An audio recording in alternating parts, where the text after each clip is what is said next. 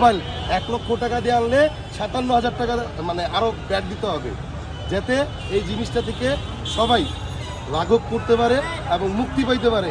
যার জন্য আমরা আজকে সবাই এই জায়গায় লক্ষ লক্ষ মানুষ একত্রে হয়েছি। সারা বাংলাদেশ আজকে একযোগে আমরা সবাই একসাথে হইয়া মানববন্ধন করতেছি শান্তিপূর্ণভাবে। মোবাইলগুলো যে 57% ব্যাট দাবি করছে, এটা কতটা যুক্তিপূর্ণ বলে? আসলে এটা সম্পূর্ণ একটা অযৌক্তিক একটা কথা। বাংলাদেশের যারা আছেন তারা তো আছেই, বিশেষ করে স্টুডেন্ট যারা আছে, নিম্ন মধ্যবিত্ত আয়ের মানুষ আছে, বাংলাদেশের সবাই একটা ফ্ল্যাগশিপ ফোন বা একটা মিড রেঞ্জের ফোন ব্যবহার করতে চায়। তো এখন ওইসব ফোনগুলো যদি দেখা যায় যে ব্যাড ট্যাক্স বাড়ায় দেয়, তাতে সবাই কিনতে পারবে না।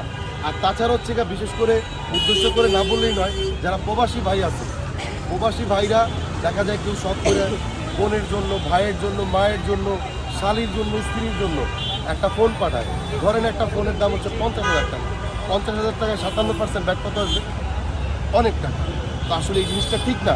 আমরা চাই যে ব্যাট ট্যাক্সটা একটা সহনশীল পর্যায়ে থাকবে। এটা হচ্ছে আমাদের একটা প্রাণের দাবি। যার কারণে যে কোম্পানি আছে ওরা সবচেয়ে বড় সিন্ডিকেট, ওদের সিন্ডিকেটের জন্য আজকে আমাদের রাস্তায় নামা লাগছে। আজকে আমাদের এতগুলা ভাই সবাই আজকে রাস্তায় নেমে এসছি। এই সিন্ডিকেটের কারণে আজকে আমাদের পেটে লাথি পড়তেছে। আজকে আমরা দোকানদারি করে খাইতে পারতেছিলাম।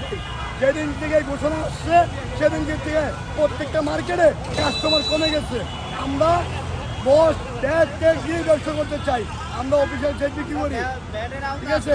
আমরা ব্যাটের আওতায় আসছি। এমনকি স্বাগত জানাই, বাট যে বিটিআরসির সেই আমরা যে এই তৃণমূল ব্যবসায়ী, আমরা যে ব্যবসা করতে চাই, আমরা যে ট্যাক্স দিতে চাই, এটা বিটিআরসির কিছু রুলস বাধা আছে। এই বাধাগুলো অপসারণ চাই। যেমন মাদার কোম্পানির আপনার NOC, industrial NOC, bill of entry, অনেক বাধা আছে। এই বাধাগুলো আমরা সরিয়ে আমরা আমদানি করতে চাই, গভর্নমেন্টের ট্যাক্স দিতে চাই। পাশাপাশি আমরা যারা আছি, যারা প্রায় 20,000 ব্যবসায়ী এবং প্রায় 20 লক্ষ জনসংখ্যা, এই যে এত বড় একটা অংশ, এই বড় অংশটাকে আপনি ছুঁড়ে ফেলে দিতে পারেন না। এটাকে কিভাবে আপনি সংযোগ করবেন, এটাকে কিভাবে আপনি ব্যবসার মধ্যে রাখবেন, এটা আপনাদেরকে এটা বুঝতে হবে। যদি বা আমরা ইম্পোর্টেড প্রোডাক্টগুলো যদি আনতে যাই, সেখানে 57% ভ্যাট ধার্য করছে তারা। তো এই জায়গা থেকে অবশ্যই আমাদের সাথে একই দেশের নাগরিক মুক্ত বাজারে ব্যবসা করতে চাই, আমরা সরকারের ন্যায় নীতি মেনে ব্যবসা করতে চাই, কিন্তু সেখানে আমরা বাধাগ্রস্ত হচ্ছি। আমরা চাই এটা একটা সুস্থ বন্টন হোক, ভ্যাট চার্জ সকলের জন্য সমান হোক।